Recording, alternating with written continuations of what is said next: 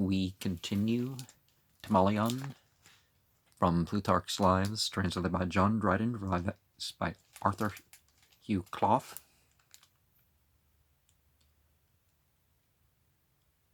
But since he had recovered a city destitute of inhabitants, some of them dead in civil wars and insurrections, and others being fled to escape tyrants, so that through solitude and want of people the great marketplace of Syracuse was overgrown with such quantity of rank herbage that it became a pasture for their horses, the grooms lying along in the grass as they fed by them, while also other towns, very few excepted, were become full of stags and wild boars, so that those who had nothing else to do went frequently a-hunting and found game in the suburbs and about the walls, and not one of those who possessed themselves of castles or made garrisons in the country could be persuaded to quit their present abode, or would accept an invitation to return back into the city. So much did they all dread and abhor the very name of assemblies and forms of government and public speaking that had produced the greater part of those usurpers who had successfully assumed a dominion over them. Timoleon, therefore, with the Syracusians that remained, considering this vast desolation, and how little hope there was to have it otherwise supplied, thought good to write to the Corinthians, requesting that they would send a colony out of Greece to replenish Syracuse, for else the land about it would lie unimproved, and besides this, they expected to be involved in a greater war from Africa, having news brought them that Mago had killed himself, and that the Carthaginians, out of a rage for his ill conduct in the late expedition, had caused his body to be nailed upon a cross, and that they were raising a mighty force, with design to make their descent upon Sicily the next summer. These letters from Timoleon being delivered at Corinth, and the ambassadors of Syracuse beseeching them at the same time that they would take upon them the care of their poor city, and once again became the founders of it, the Corinthians were not tempted by any feeling of cupidity to lay hold of the advantage, nor did they seize and appropriate the city to themselves, but going about first to the games that were kept as sacred in Greece, and to the most numerously attended religious assemblages, they made publication by heralds that the Corinthians, having destroyed the usurpation at Syracuse and driven out the tyrant, did thereby invite the Syracusian exiles and any other Siciliots to return and inhabit the city, with full enjoyment of freedom under their own laws, the land being divided among them in just and equal proportions. And after this, sending messengers into Asia and the several islands, where they understood that most of the scattered fugitives were then residing, they bid them all repair to Corinth, engaging that the Corinthians would afford them vessels and commanders and a safe convoy at their own charges to Syracuse. Such generous proposals being thus spread about, gained them the just and honorable recompense of general praise and benediction for delivering the country from oppressors, and saving it from barbarians, and restoring it at length to the rightful owners of the place. These, when they were assembled at Corinth, and found how insufficient their company was, besought the Corinthians that they might have a supplement of other persons as well out of their city as the rest of Greece, to go with them as joint colonists, and so raising themselves to the number of 10,000, they sailed together to Syracuse. By this time, great multitudes also from Italy and Sicily had flocked in to Timoleon, so that, as Athenes reports, their entire body amounted now to 60,000 men, Among these he divided the whole territory and sold the houses for 1,000 talents, by which method he both left it in the power of the old Syracusians to redeem their own, and made it a means also for raising a stock for the community, which had been so much impoverished of late, and was so unable to defray the expenses, and especially those of a war, that they exposed their very statues to sale. A regular process being observed, and sentence of auction passed upon each of them by majority of votes, as if they had been so many criminals taking their trial, in the course of which it is said that while condemnation was pronounced upon all other statues, that of the ancient usurper Gallo was exempted, out of admiration and honor, and for the sake of the victory he gained over the Carthaginians at the river Himera. Syracuse, being thus happily revived, and replenished again by the general concourse of inhabitants from all parts, Timoleon, who was desirous now to rescue other cities from the like bondage, and wholly and once for all to extirpate arbitrary government out of Sicily, and for this purpose, marching into the territories of those that used it, he compelled Hicetas first to renounce the Carthaginian interest, and, demolishing the fortresses which were held by him, to live henceforth among the Leontinians as a private person. Leptines also, the tyrant of Apollonia, and divers other little towns, after some resistance made, seeing the danger he was in of being taken by force, surrendered himself, upon which Timoleon spared his life, and sent him away to Corinth, counting it as a glorious thing that the mother city should expose to the view of other Greeks these Sicilian tyrants, living now in an exiled and low condition. After this he returned to Syracuse,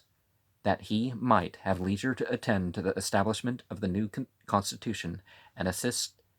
Cathalus and Dionysius, who were sent from Corinth to make laws in determining the most important points of it. In the meanwhile, desirous that his hired soldiers should not want action, but might rather enrich themselves by some plunder from the enemy, he dispatched Dinarchus and Demaratus with a portion of them into the part of the island belonging to the Carthaginians,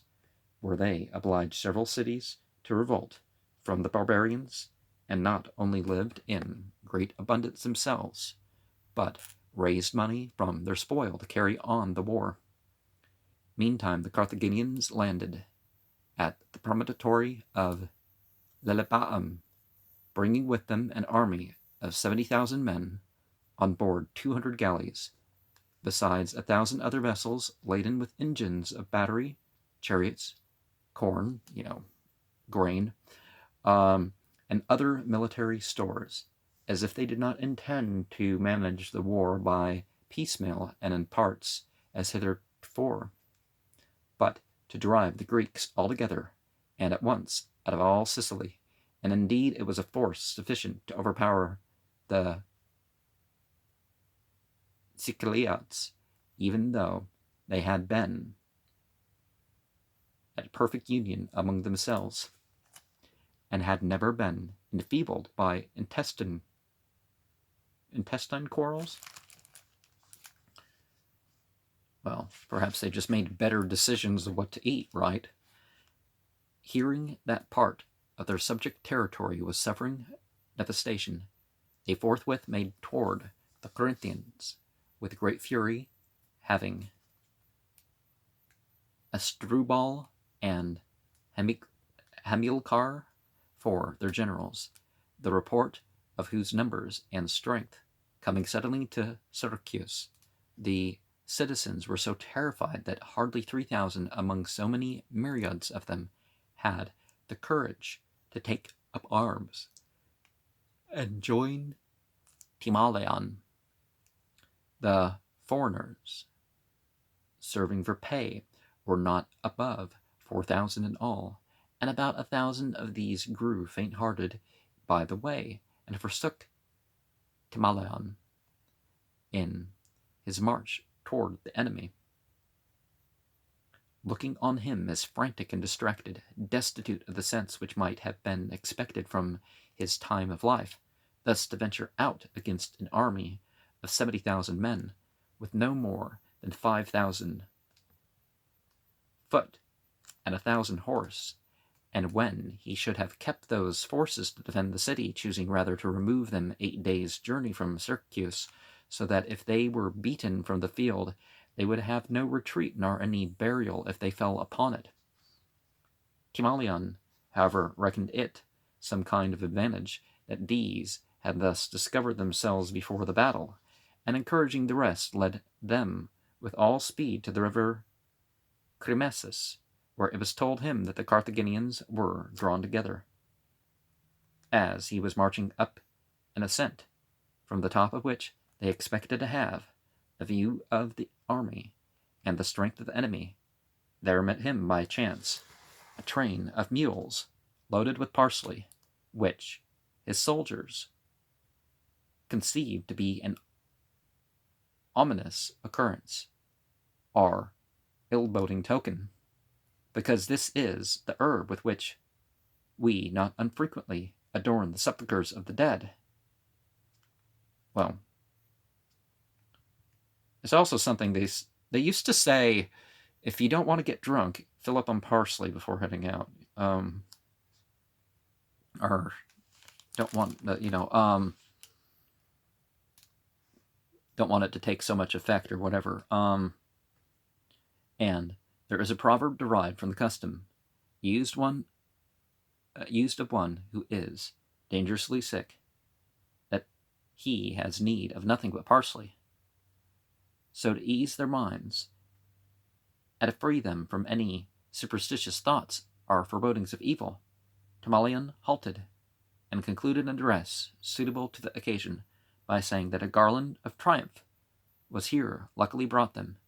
and had fallen into their hands of its own accord, as an anticipation of victory. Well, not only may it make things a little nicer in terms of, dead bodies around or something, death is supposed to be the great victory. If you've lived a good life and didn't cause your death by wrong deeds or something, but, the same with which the Corinthians crown the victors of the Isthmian games, accounting chaplets of parsley the sacred wreath proper to their country, parsley being at that time still the emblem of victory at the Isthmian, as it is now at the Nemean sports, and it is not so very long ago that the pine first began to be used in its place. Timoleon, therefore, having thus bespoken his soldiers, took part of the parsley, and with it made himself a chaplet first, his captains and their companies all following the example of their leader. The soothsayers then observing also 2 eagles on the wing toward them, one of which bore a snake struck through with her talons, and the other, as she flew, uttered a loud cry indicating boldness and assurance, at once showed them to the soldiers, who, with one consent, fell to supplicate the entities and call them in to their assistance. It was now about the beginning of the summer, and conclusion of the month called Thargelion, not far from the solstice. So see, they considered the summer to end like in August, right? And the river sending up a thick mist, all the adjacent plain was at first darkened with the fog, that for a while they could discern nothing from the enemy's camp, only a confused buzz and undistinguished mixture of voices came up to the hill from the distant motions and clamours of so vast a multitude. When the Corinthians had mounted and stood on the top, and had laid down their bucklers to take breath and repose themselves, the sun coming round and drawing up the vapours from below, the gross foggy air that was now gathered and condensed above formed in a cloud upon the mountains, and all under the places being clear and open, the river Cremesus appeared to them again, and they could descry the enemies passing over it, first with their formidable 4-horse chariots of war, and then 10,000 footmen bearing white shields, whom they guessed to be all Carthaginians, from the splendor of their arms, and the slowness and order of their march. And when now the troops of various other nations, flowing in behind them, began to throng for passage in a tumultuous and unruly manner, Timoleon, perceiving that the river gave them opportunity to single off whatever number of their enemies they had a mind to engage at once, and bidding his soldiers observe how their forces were divided into 2 separate bodies by the intervention of the stream, some being already over, and others still to ford it, gave Demaratus command to fall in upon the Carthaginians with his horse, and disturb the ranks before they should be drawn up into form of battle. And coming down into the plain himself, forming his right and left wing of other Sicilians, intermingling only a few strangers in each, he placed the natives of Syracuse in the middle, with the stoutest mercenaries he had about his own person, and waiting a little to observe the action of his horse, when they saw that they were not only hindered from grappling with the Carthaginians by the armed chariots that ran to and fro before the army, but forced continually to wheel about to escape having their ranks broken, and so to repeat their charges anew, he took his buckler in his hand, and crying out to the foot that they should follow him with courage and confidence, he seemed to speak with a more than human accent, and a voice stronger than ordinary, whether it were that he naturally raised it so high in vehemence and ardor with his mind to assault the enemy, or else, as many then thought, some god or other spoke with him. When his soldiers quickly gave an echo to it, and besought him to lead them on without any further delay, he made a sign to the horse that they should draw off from the front where the chariots were, and pass sidewards to attack their enemies in the flank. Then, making his vanguard firm by joining man to man and buckler to buckler, he caused the trumpet to sound, and so bore in upon the Carthaginians. Now the Greeks, not as strong as what you call as the Hindus, the race, there's not really a Hindu religion, but did have reference of this mythology of transcendence. They focused on divinized heroes and personified entities, or entities known through personification, and perhaps that's how they meant that he was known, this divinity was known through what this guy was doing, sure. But there's the idea of the beyond, the beyond, the beyond sort of stuff. If you ever encounter your spiritual side, your spirit soul, your jiva, I don't know what the Greek word is for it, it's, it's the thing operating this body and this mind and all that stuff. But yeah, it's other. And then you counter like the daemon, the fire being the elemental, whatever you're going to call these male and female beings. It's like, but they're not male and female in the way that the rest of these incarnated beings are male and female. And then there's the light beings that are beyond that, and then you kind of like the divine presence, and you realize that, and there's qualities, but you don't know the essence, that sort of thing. But anyways, this is a complex thing to give a brief comment on. But people, yeah, is this a god? Is this a god? There's been plenty of people like that through history. I think there's still people like that. They, for their part, stoutly received and sustained his first onset, and having their bodies armed with breastplates of iron and helmets of brass on their heads, besides great bucklers to cover and secure them, they could easily repel the charge of the Greek spears. But when the business came to a decision by the sword, where mastery depends no less upon art than strength, all on a sudden, from the mountain tops, violent peals of thunder and vivid flashes of lightning broke out, falling upon which the darkness that had been hovering about the higher grounds and the crest of the hills, descending to the place of battle, and bringing a tempest of rain and of wind and of hail along with it, was driven upon the Greeks behind, and fell only at their backs, but discharged itself at the very faces of the barbarians. By barbarians, they mean they don't understand their language or even know which language it is. The rain beating on them and the lightning dazzling them without cessation, annoyances that in many ways distressed at any rate the inexperienced who had not been used to such hardships, and in particular the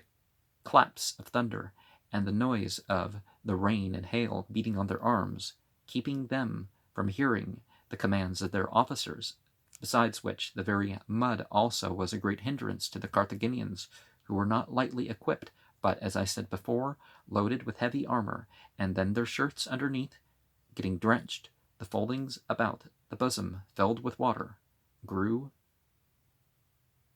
unwieldy and cumbersome to them as they fought, and made it easy for the Greeks to throw them down, and, when they were once down, impossible for them, under that weight, to disengage themselves and rise again with weapons in their hands. The river Cremesis, too, swollen partly by the rain and partly by the stoppage of its course with the numbers that were passing through, overflowed its banks, and the level ground by the side of it being so situated as to have a number of small ravines and hollows of the hillside descending upon it, was now filled with rivulets and currents that had no curtain channel, in which the Carthaginians stumbled and rolled about, and found themselves in great difficulty, so that, in fine, the storm bearing still upon them, and the Greeks having cut in pieces 400 men of their first ranks, the whole body of their army began to fly. Great numbers were overtaken in the plain and put to the sword there, and many of them, as they were making their way back through the river, falling foul upon others that were yet coming over, were borne away and overwhelmed by the waters, but the major part, attempting to get up the hill so as to make their escape, were intercepted and destroyed by the light-armed troops. It is said that of 10,000 who lay dead after the fight, 3,000 at least were Carthaginian citizens, a heavy loss and a great grief to their countrymen, those that fell being men inferior to none among them as to birth, wealth, reputation, nor do their records mention that so many native Carthaginians were ever cut off before in any one battle, as they usually employed Africans, Spaniards, and Numidians in their wars, so that if they chanced to be defeated, it was still at the cost and damage of other nations. The Greeks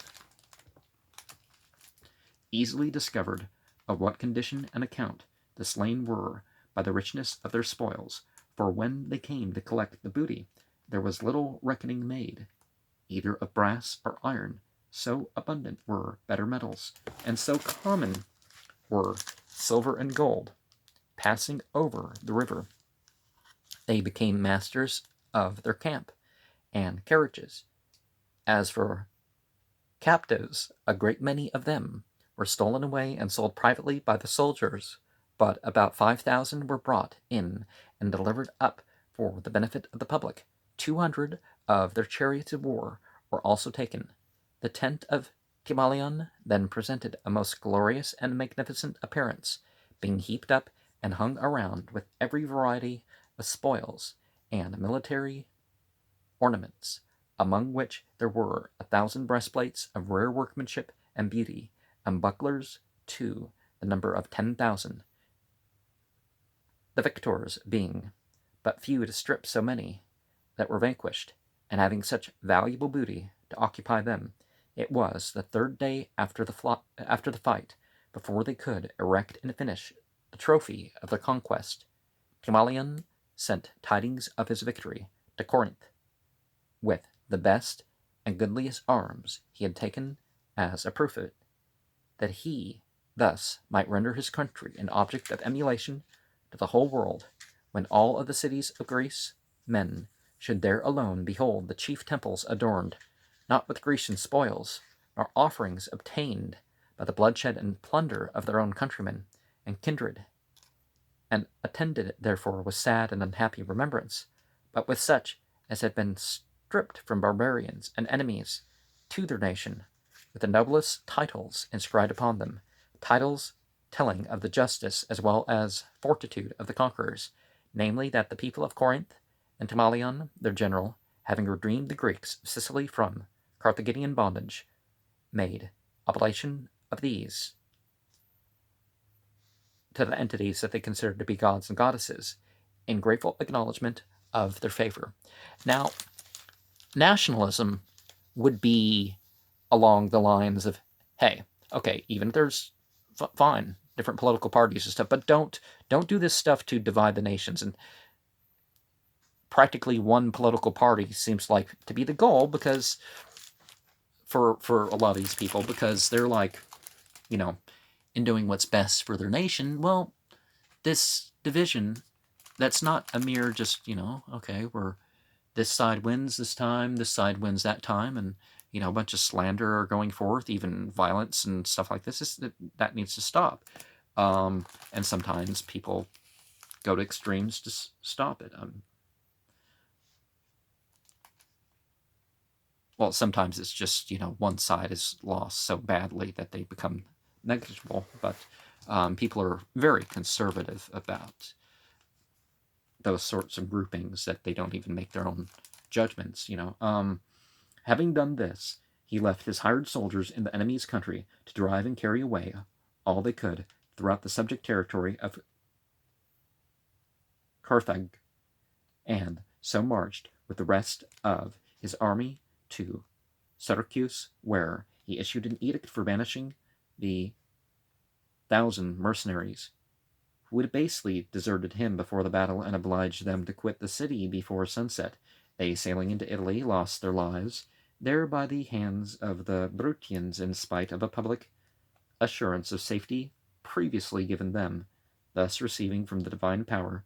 a just reward of their own treachery. Mamericus, however, the tyrant of Catana, and Hicetas, after all, either envying Timoleon the glory of his exploits, or fearing him as one that would keep no agreement, or having any peace with tyrants, made a league with the Carthaginians, and pressed them much to send a new army and commander into Sicily, unless they would be content to hazard all, and to be wholly ejected out of that island. And in consequence of this, Gisco was dispatched with a navy of 70 sail. He took numerous Greek mercenaries also into pay, that being the first time they had ever been enlisted for the Carthaginian service. But then it seemed the Carthaginians began to admire them as the most irresistible soldiers of all mankind. Uniting their forces in the territory of Messina, they cut off 400 of Timoleon's paid soldiers, and within the dependencies of Carthage, at a place called Hiera, destroyed by an ambuscade the whole body of mercenaries that served under Euthymus the Leucadian, which accounts, however, made the good fortune of Timoleon accounted all the more remarkable, as these were men that with Philomelus of Phacis and Anamarchus had forcibly broken into the temple of Apollo at Delphi, and were partakers with them in the sacrilege, so that being hated and shunned by all as persons under curse, they were constrained to wander about in Peloponnesus, when, for want of others, Timoleon was glad to take them into service in his expedition for Sicily, where they were successful in whatever enterprise they attempted under his conduct. But now, when all important dangers were past on his sending them out for the relief and defense of his party in several places, they perished and were destroyed at a distance from him, not altogether, but in small parties, and the vengeance which was destined for them so accommodating itself to the good fortune which guarded Timoleon, as not to allow any harm or prejudice for good men to arise from the punishment of the wicked.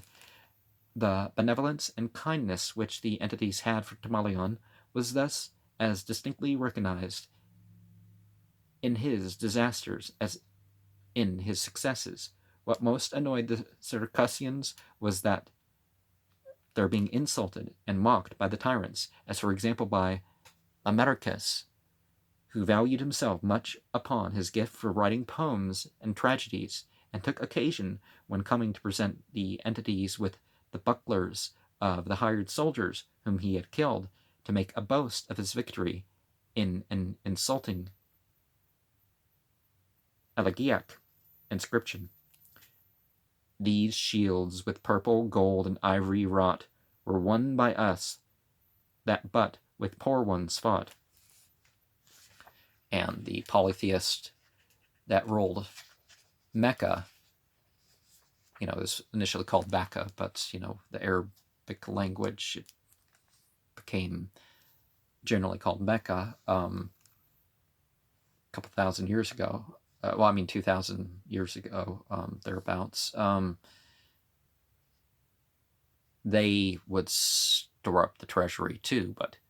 it was their elite going there to enjoy the treasure. It wasn't, it wasn't accepted by any entity. That no entity wandered off with her gold or whatever. After this, while Timoleon marched to Calauria, Hicetas made an inroad into the borders of Syracuse, where he met with considerable booty, and, having done much mischief and havoc, returned back to Calauria itself, in contempt of Timoleon and the slender force he had with him. He, suffering Hicetas to pass forward and pursue him with his horsemen and light infantry, which Hicetas, perceiving, crossed the river Demarias, and then stood in a posture to receive him, the difficulty of the passage and the height of the steepness of the bank on each side giving advantage enough to make him confident a strange contention and dispute. Meantime, among the officers of Timoleon, a little retarded the conflict. No one of them was willing to let another pass over before him to engage the enemy, each man claiming it as a right to venture first and begin the onset, so that their fording was likely to be tumultuous and without order, a mere general struggle which should be foremost. Timoleon, therefore, desiring to decide the quarrel by lot, took a ring from each of the pretenders, which he cast into his own cloak, and after he had shaken all together, the first he drew out had, by good fortune, the figure of a trophy engraved as a seal upon it, at the sight of which the young captains all shouted for joy, and without waiting any longer to see how chance would determine it for the rest, took every man his way through the river with all speed they could make, and fell to blows with the enemies, who were not able to bear up against the violence of their attack, but fled in haste, and left their arms behind them all alike, and 1,000 dead upon the place.